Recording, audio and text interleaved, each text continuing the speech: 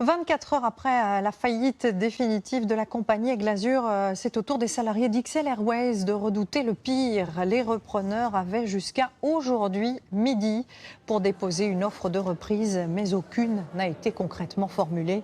Et dans les deux cas, les syndicats attendaient beaucoup de la première compagnie française, Air France, une compagnie qui, on le sait, a connu des heures difficiles et qui se relève doucement après l'arrivée d'un nouveau PDG. En un an, le Canadien Ben Smith a réussi, vous allez le voir, à convaincre tous les salariés, sans doute parce qu'il a lui-même commencé comme agent au sol. Interview exclusive réalisée par Thomas Jarion et Pauline Normand. L'Airbus va être en français ou l'Airbus va être en français. En français, ok. Et l'ordre, c'est quoi? Il y a un an, il parlait à peine français. Désormais, le Canadien est fier d'afficher ses progrès. Au bureau d'Air France KLM à Paris, tout le monde me parle en français uniquement. Maîtriser la langue et manger local. Moi, je ne connais pas tous ces fromages. Ils sont tous bons. Depuis le début de son mandat, Ben Smith soigne sa French Touch. Non, la formation est accélérée sur le fromage. Oui. Il goûte tout. Mais ce qu'il préfère, cela reste quand même le tarmac d'un aéroport. Surtout lorsqu'il présente un nouveau venu dans la flotte. L'Airbus A350, un avion stratégique, moins bruyant et moins gourmand en carburant. Devant les photographes, Ben Smith veut que l'on retienne une image. Faut pas manquer ça. Cet hippocampe ailé est le logo historique d'Air France. Il veut lui redonner toute sa place, depuis le fuselage d'un avion jusque sur les cravates du personnel.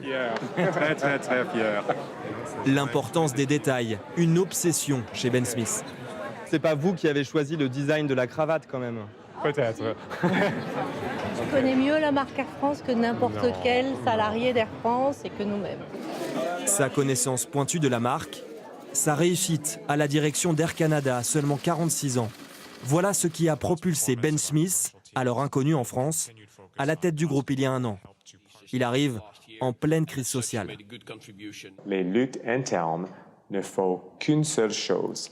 Elles offrent nos clients sur un plateau à nos concurrents.